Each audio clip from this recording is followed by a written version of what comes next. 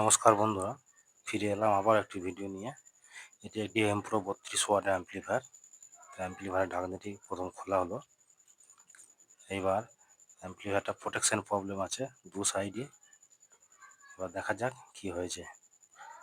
Chamber খুলে নেওয়া হয়েছে, ফ্যানগুলি এসি ফ্যান আছে, চেঞ্জ হয়ে সব ডিসি ফ্যান লেগে যাবে।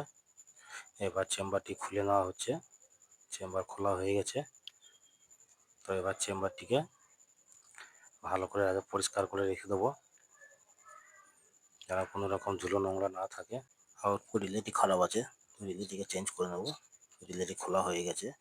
এবার 0.33 ওয়াট রেজিস্ট্যান্স খারাপ আছে, 5243 শর্ট আছে, ওইগুলোকে সব চেঞ্জ করে দেবো।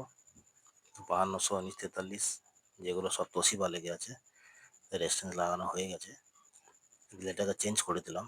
এইবার 5243 ওইগুলোকে ভালো করে পেস্ট করে চেম্বারটিকে সেটিং করে নেবো। তো চেম্বার সেটিং করা হচ্ছে এবং যেখানে যা নাট সব লাগিয়ে দিলাম। চ্যানেল এটি কমপ্লিট হয়ে গেল। এবার চ্যানেল বিটি খোলা হবে। তো চ্যানেল বি খোলা হয়ে গেছে। এটাকেও সে একই প্রবলেম, একইভাবে ওটাকে আগে পরিষ্কার করে নেবো।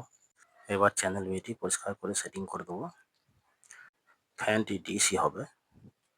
ডান দিকে চেম্বার এবং বাঁ দিকে চেম্বার দুটি সেটিং করা হয়ে গেছে। এবার ফ্যান দুটি কানেকশন করে দেবো।